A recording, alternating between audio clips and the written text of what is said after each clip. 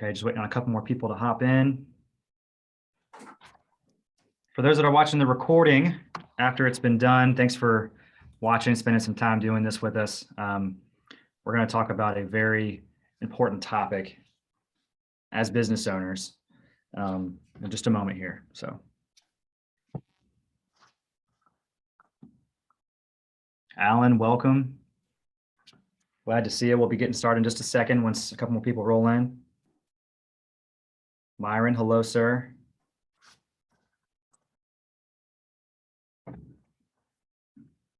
Due to compliance, the chat function is not going to work. So if you have any questions at all, I will put my email in here. I'd love to get some questions for you and we'll get in touch with you.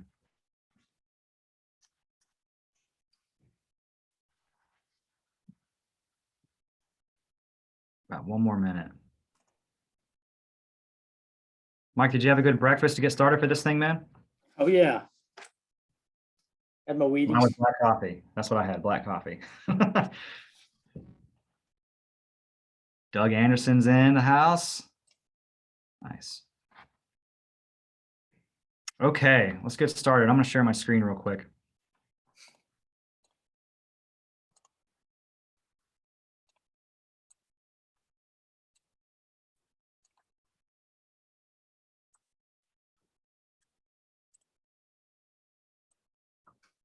All right, welcome to May's webinar from Consolidated Planning and Huskey Financial. Today's topic is, what's the real cost of losing top talent? Presenters will be myself, Stephen Huskey, CExP, owner of Huskey Financial Group. We have Michael Thompson, CLU, CExP of Consolidated Planning and Thompson Planning Concepts. Is that the name that you're going by? Yeah, Thompson Planning Group. Thompson Planning Group, awesome. Well, we're very lucky to have you on, Mike. I know you're very skilled in this area. I've been doing this for 30 years or so, and you've been working with top executives, CEOs, all the best people in some budding businesses around the Charlotte area and even nationwide. So we're very lucky to have you on. Appreciate you being here. Glad to be here. So there's a description between attraction tools and really good retention tools. You know, we are holistic planners, but we're not going to talk about the grand, we're not going to talk the consultative holistic stuff today. We're being very specific about what we're going to address today, and any business owners can get a lot out of today's conversation. Just a quick background on myself and Mike. Mike is the managing director of advanced planning for Thompson Planning Group, as well as Consolidated Planning. He's got over 30 years of experience, graduated from North Carolina State with a BA in business management, gained a CLU's charter life underwriter. He's a certified exit planner as well. He's got the same designation on his wall that I do. We're both certified with FINRA with Series 7, and we got the 63, 65, and 6. And you're also an ambassador for the Association of Advanced Life Underwriting. So some very good credentials there, Mike. Myself, graduated from College of Charleston, been in Charleston for 15 years now. Got 11 years of financial experience right out of school, went into banking. I got a lot of lending experience, also a certified exit planning counselor, and a member of FinSECA. Anything you want to add to that, Mike? Nope, that's I'm excited about getting to the meat of the meeting. Me too. Well, like I said, we're holistic planners, yet we're here for a very specific issue, a very specific reason. We're solving a major problem that business owners have. Through all the various conversations that Mike and I have had individually with our own clients and even working together, there's two main issues that keep business owners up at night consistently. We know the first one is cash flow. If you don't have enough cash flow, since cash flow is king, that's a big problem for any business. That business will die. The second is retaining and incentivizing their best people. If they were to lose their best people, that would really slow down the progression of the business. It would slow down any exit plans and would also make them very worried about the future of that business. So today's conversation is going to be really around retaining top talent. And one of the main issues is they're being heavily recruited everywhere. There's a lot of remote jobs now. There's a lot of people that are still going into job sites, either part-time or full-time. But you can even see here just on LinkedIn, a social media site that most of us use regularly, every single day, there's up to 99 at least new job availabilities. And these people are being heavily recruited. Hell, we've even got people going on construction sites, poaching people directly from the construction sites, right? So they can really look at their options every single day. They can update their resume, whether you know it or not. And most of the time, you're not going to know it. Mike, why don't you add a little bit more to that? Yeah, it actually is called. My wife happens to be a recruiter, so I'm kind of more in depth with this. But there's something called 99 Plus that LinkedIn puts out every day. And I don't look at LinkedIn all the time. I know some people work it more than I do. I just don't. But every time I go into LinkedIn, it pops up in my site 99 jobs that, according to LinkedIn, I'm qualified for. And actually, I've gone through and just curiosity, scrolling through some of these job offers. They're pretty attractive. I mean, some of them are pretty attractive, and it makes me think, well, every industry is dealing with this, and our closely held business owners out there, maybe they have a partner or two, or maybe they're running their own shop, but they've got key people that they're relying on. Well, these people are getting peppered with this every day. If they're going into LinkedIn every day, I don't know that they would be, but some people do, and it makes it real easy for them to start thinking about greener pastures. And that's just it's a nightmare for a business owner. We know that, working with them as long as we have. It is something that at 4 o'clock in the morning, we're worried about, maybe something didn't go well the day before, and the concern about losing their top 2 or 3 or 10 or however many they are. It's a scary thought. Yeah. And as honest as we like to think that all of our top people are with you when you're asking, how happy are you here? Are things going okay? They might not always tell you what's on their mind. So how are you ensuring that they're going to stay with you? So I'd like for you to cover this one, Mike, on the right side. I'll cover the left side. What does it cost to lose top talent? Number one, you've got to hire a brand new employee with hopefully the same skill set that this person who left the company has. You've got onboarding time. It could take anywhere from 6 to 12 months to get this person just back up to speed, where they should be. And that doesn't even count all the loss of productivity that the business had to go through to not get this new person ramped up. You will experience some growing pains. Customer service errors are going to happen. Bobby Lee, when they left the company, they knew this company up and down, left and right. They knew your clients. This new person doesn't know. So they've got to take some lumps as they go through figuring out your system. There's lost engagement. There could even be a loss of clientele. They had good relationships with those specific people, and that's why they stayed with your company. Training cost. That we're going to cover that in another slide, but training cost is immense. And then there's also a cultural impact. The culture is the people that you have inside of your business. And, there's a vision and values you probably have on acrylic on your wall, which is great, but the people who are inside that business that live it, that's the culture of your business. So that's one part of, losing cost of top talent. Why don't you take the other part? Yeah, so we also get involved with companies positioning the company for potential sale, and the valuation of the company certainly depends on the fact pattern, but typically the valuation of the company does hedge on which employees are going to continue on with the company after new management. So in a positive scenario, we can actually grow the value of the company if we have certain programs and plan designs in place that incentivize those people to stay through that transition. It can be a very effective exit planning strategy, ties into the overall exit planning strategy, but the valuation of the company is impacted by retention. There's also that time frame, that gap when somebody, the worst scenario for a business owner is when a key employee leaves, but not only that, they leave in the dark of night. So who has to step into that role and take over for the time that it takes to find a replacement? In some cases, it's the business owner himself. And so on top of losing someone, revenue loss is all of what we would call direct cost. You've got these indirect costs as well. Distractions, other employees are going to have to help that person get up to speed. So they're distracted. That person could have left with trade secrets. One of the biggest fears isn't just losing key people, but losing them to a competitor. I've seen that a number of times, especially in the construction industry over the last 24 months. They're losing mid-level field supervisors, and as Stephen said earlier, they're getting recruited right off of job sites. But the loss of trade secrets can be very, very expensive. The recruiting cost, obviously, we know if we're going to hire a recruiter, they're not free.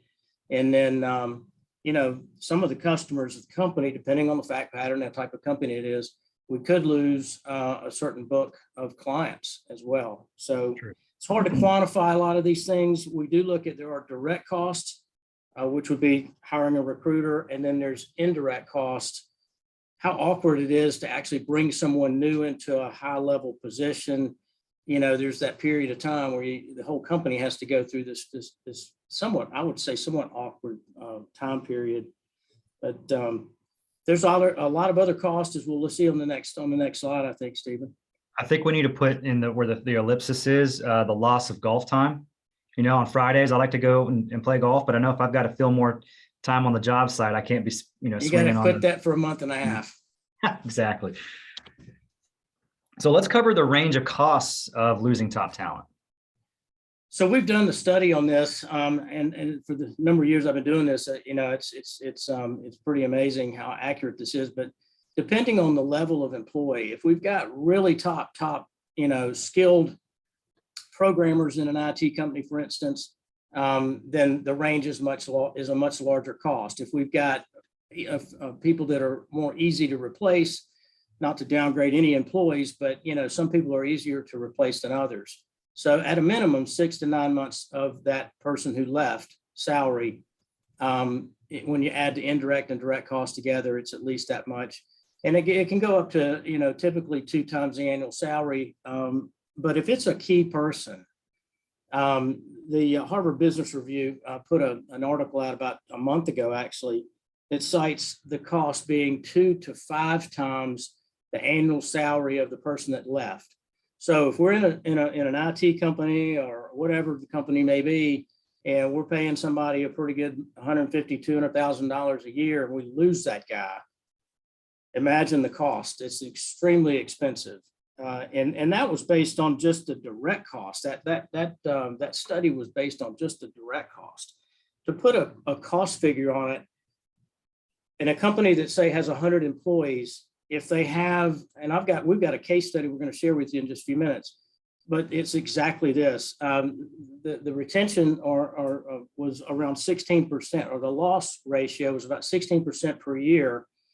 In an HVAC company, they had about 100 field guys, and they were losing 16 to 18 of them a year. The annual income for those guys was around $85,000. Well, if you do the math on that, 15% turnover of $85,000 income employees, that cost is $383,000 just to replace them. So that's like just to break it. That's like to get back to normal. So it's extremely expensive to replace folks, and there's a better way. We can prevent it. Absolutely. Can you just do a brief description of what exactly a key employee looks like? Yeah, a key employee would be somebody that could actually replace the business owner and run the company. That would be ultimate key employee. Another fact pattern that would basically describe a key person would be somebody who maybe he's the only guy in the shop that knows how to run the machine.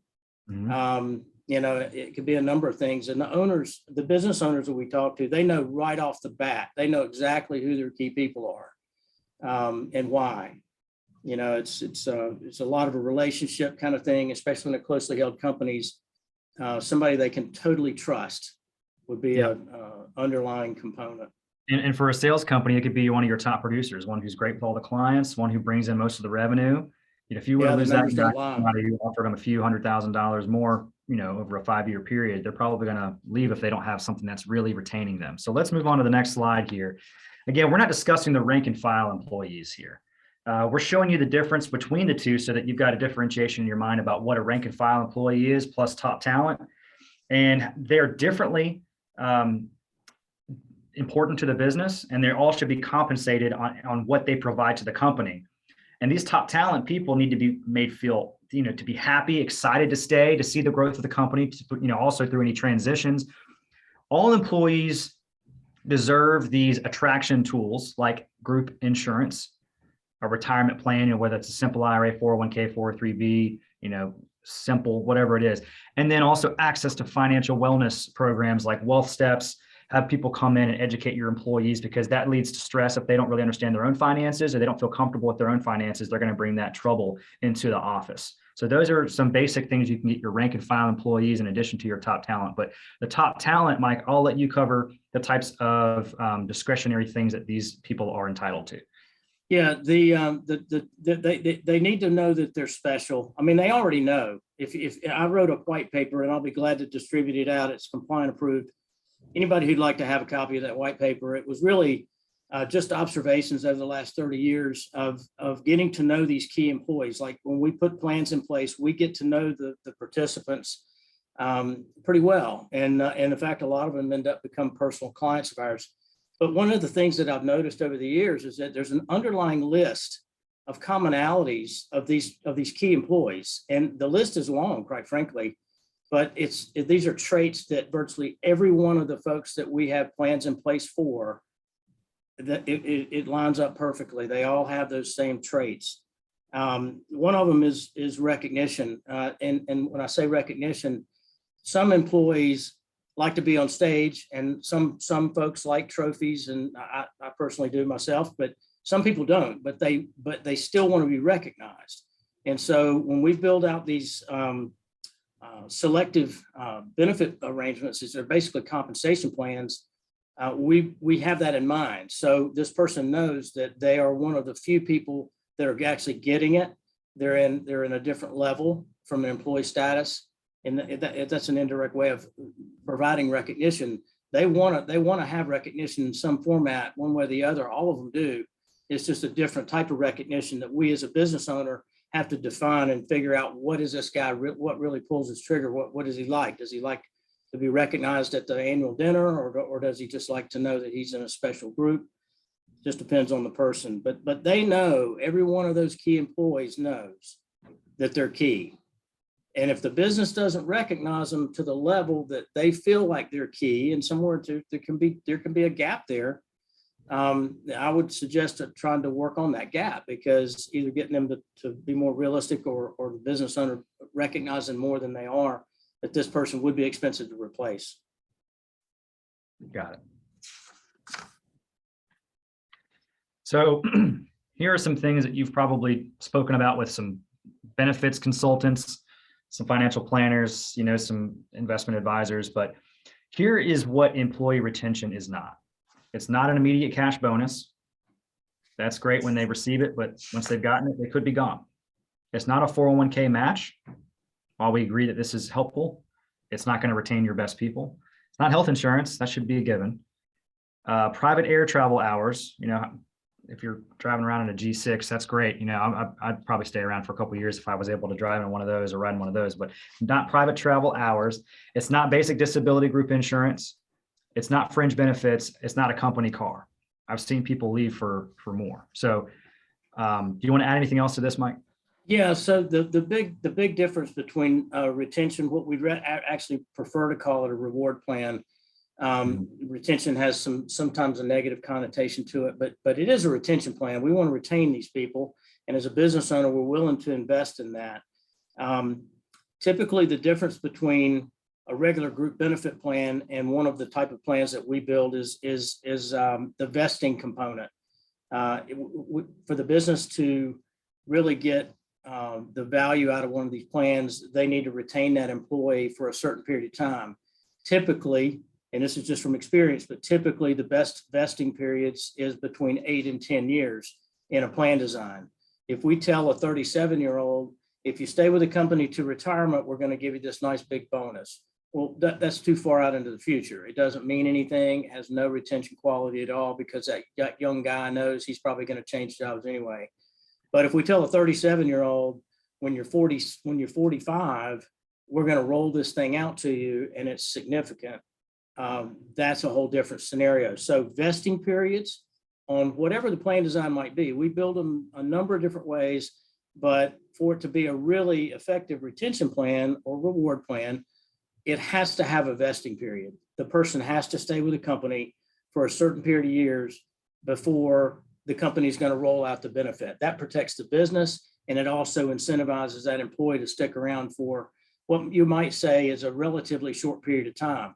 The beautiful thing about the 8 to 10 year vesting is when we get to 6 or 7 years into the plan, assuming things are going well, we can always extend these things. And so we can push it out another 5 years, sweeten the deal, push it out another 5 years, and we may end up getting a 15 or 20 year retention out of a plan like that started at 8. So these things are very, very flexible, highly tax favored, and we get to pick and choose. As a business owner, we get to pick and choose who's in the plan.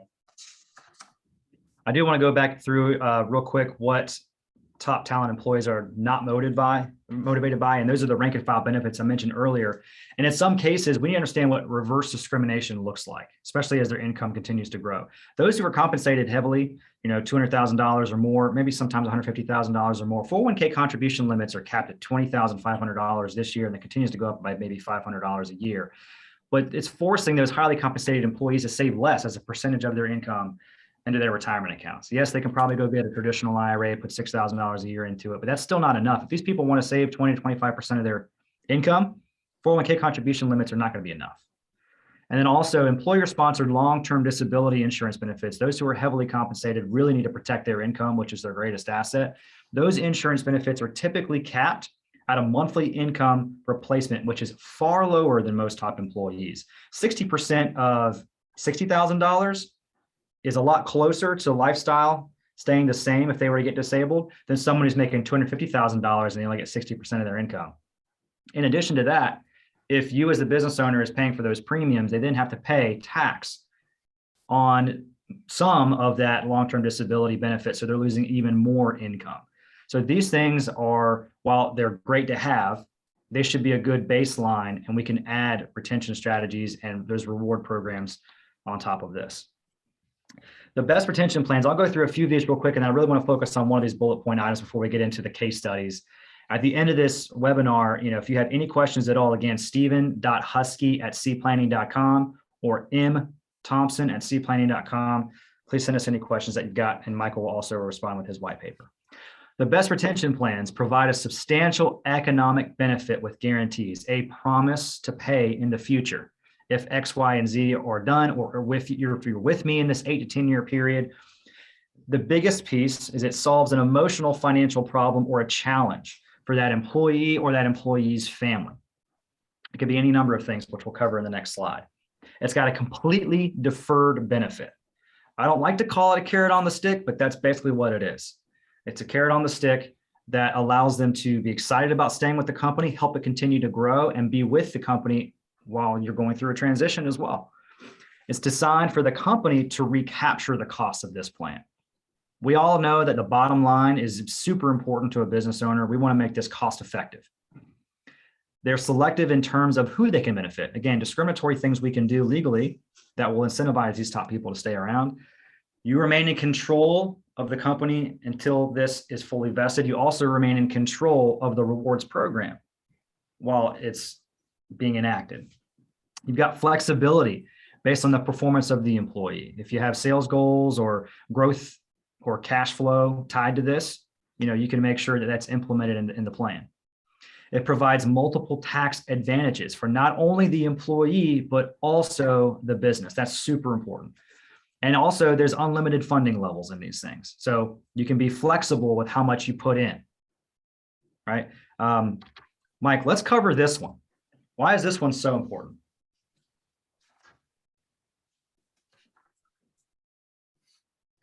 Well, it touches on an emotional, desire. Imagine if you put a benefit plan in place. I say benefit plan, compensation plan in place for one of your key employees, and he happens to have a 4-year-old and a 1-year-old, and you go in and you put a 4-year college compensation arrangement. It says when the child reaches 18 years old, we're going to pay for 4 years of school in an in-state university. We've done this for several clients, and we're going to pay for both the kids. You got to be here for it to get it. And it could be, if it was an 8 and a 10-year-old, it could be even a less vesting period.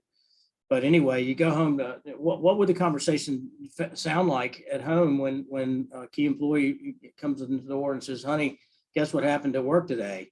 We've been talking about this college how we're going to save for college and whatnot. And I didn't really know I have a solution, but what happened today is it blew my mind. If we stay with the company, they're going to pay for 4 years of college for both of the kids. Can you believe that? Can you just imagine how that conversation would go? I don't That's think what the we're spouse. talking about. Emotional. That's, that touches on something important. Right. Yeah, the spouse is not going to let you leave, even if you want to, right? So college funding is a great example of that. If let's say they're 50 years old and they want to retire around 60, and you're able to help provide that early retirement for them based on their work. Retirement funding is a huge one. Student loan payoff, if they're in the medical world and they've got a lot of student loans, or even an attorney. I've seen this in law firms where they've paid off student loans. Home purchase or upgrade, like, hey, I know you want to buy this big house on the water, and down here in Charleston, that's a big deal, having some deep water access and a good dock. We'll give you $200,000 into 10 years where you can add that addition on, or build that dock, or buy the new house, whatever it is you want. It could be something totally customizable. But having that conversation with that employee around what's emotionally important for you, that's how you create good, happy employees. You can also create a good potential business partner, help maybe do some type of equity plan, and also align that employee's behavior with your own goals. You've got these things that you want to accomplish as a business owner. That employee needs to be able to help you with that. Let's get into some case studies, Mike. Yep. So first case study is a bank ATM company. This company actually makes ATM machines, the ones you go pull cash out of. It's very interesting. Got to look inside an ATM machine. But anyway, they've got a sales team all over the Southeast. And what I'm going to share with you guys is the unique nature of each of these case studies, because every business is different. And we're not going to go into the full details of the plan designs. We're more talking about what these plans do and not really what they are. Now, we can get into more detail with anybody. Anybody wants to go into a little deeper dive of what exactly they are, the documents and everything that we build for them. These things have been around since the 60s. There's nothing new about it, but all the plans are different. And in this particular case, we had a sales team that we wanted to incentivize. And so we created the funding of this plan, which had a vesting period. I think it was 10 years. But we built the funding of those year-to-year contributions based on sales volume. So the sales team had to reach a certain level of sales volume to actually get into the plan. Once they were at that level of production, they were basically at a level one. We built a grid. I put 5 different grid levels based on sales volume. So just imagine one of them, for simplicity's sake, the first grid is $100,000 to $150,000 of sales volume. However you want to measure that, just using that as an easy number. Grid 2 was 150 to 200, 200 to 250, and so on and so forth. So we had 5 grids, and every year that they hit another grid, it would increase the funding by 10%. So typically we'll start these plans out from a funding design somewhere in the neighborhood of 10 to 15% of what we're already paying that employee.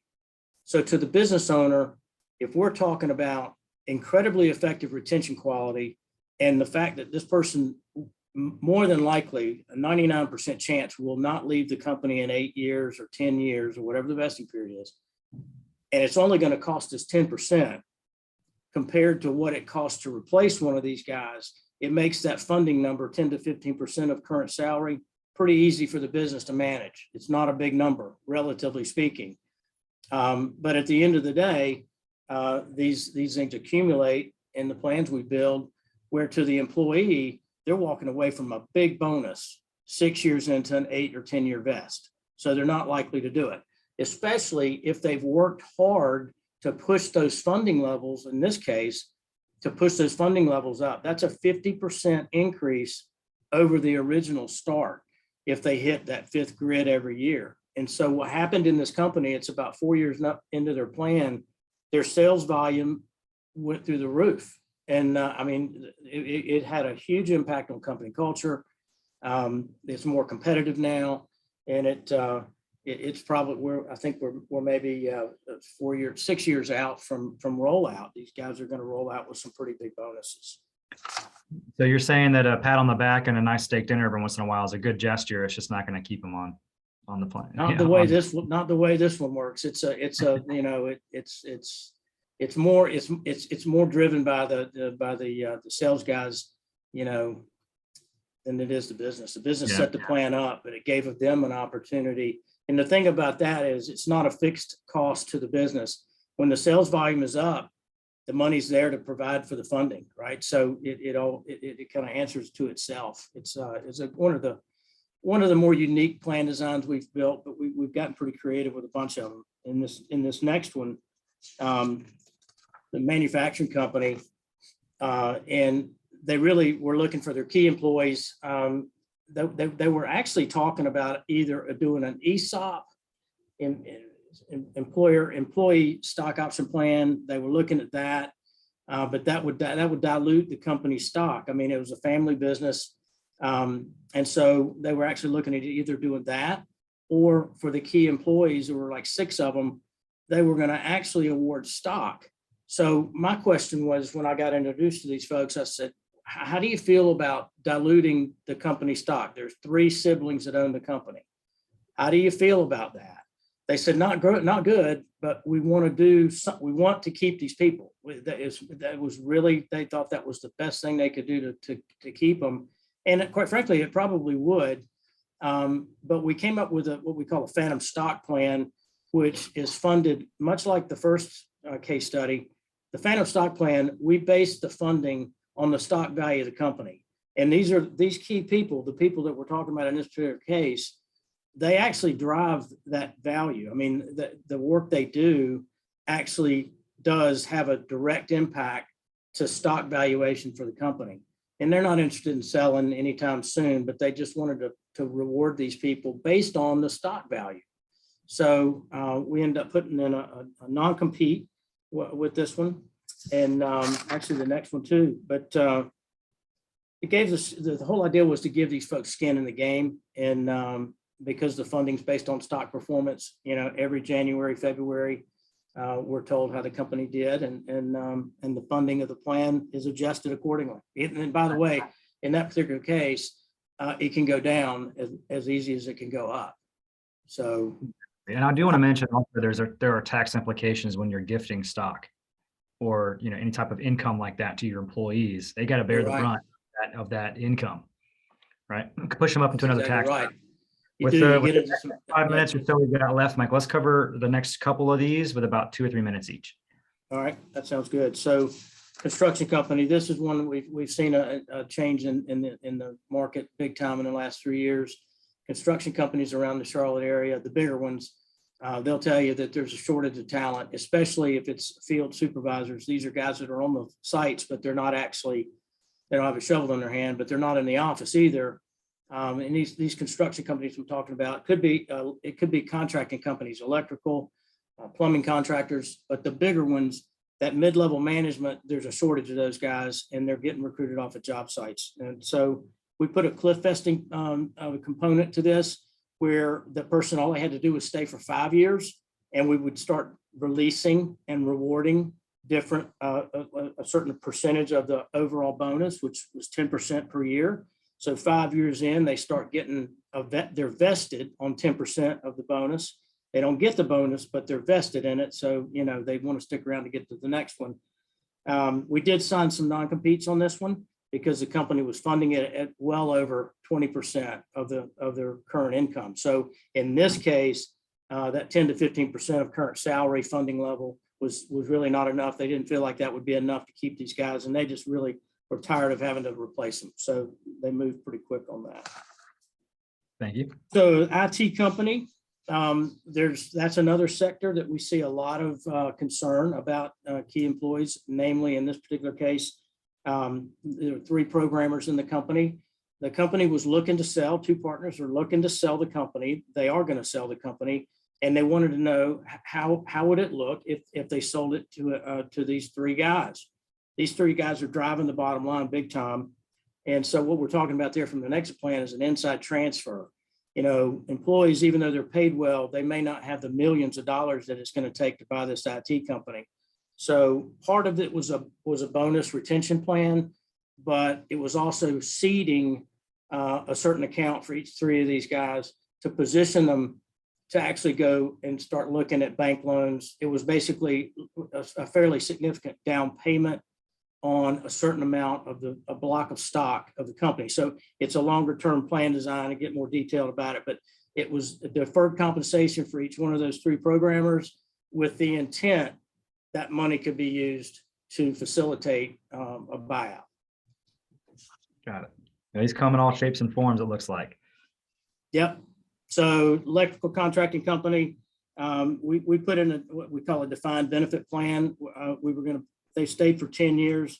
They were going to be vested for $15,000 a year for 10 years, $150,000 bonus at 65 years old. So if they stay with the company all the way to 65 years old, that number would go to $25,000 a year for 10 years. So $250,000 reward if they stay with the company. But if they stayed for 10 years, regardless of what they did in year 11, they were vested for $150,000 starting at age 65. So it was a really defined benefit and more focused on retirement. Most of the folks in that plan were actually mid-level field supervisors, and they were in their 45, 50 plus age bracket. So it worked out pretty well. So keeping these people on. So you're saying like these plans keep these people on through any transitions of sales as well, whether it's an insider or a third party sale if they're ready to get out of the business. That's a great point. So yeah, that's a great point, because the 10-year vesting period, I meant to mention that. Thank you for that.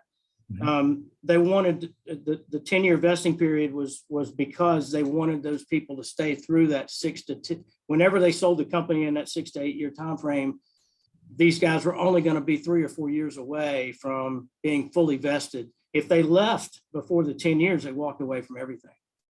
So there's a lot to lose. Thanks for bringing that up, because that was one of the key components of that, was to get them over that 6 to 8 year window. Exactly. It's super important to be proactive about all of this.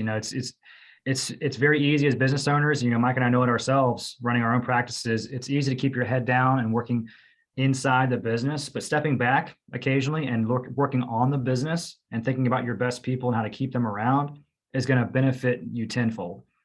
So some of the best practices with this, and then I think we'll open it up for questions via email and we'll get back in touch with you. But you got to benchmark your employee retention rate. You got to know what that looks like. If you can help that attrition level if you're in your employee base, it's only going to help the company. It's also going to help your employees.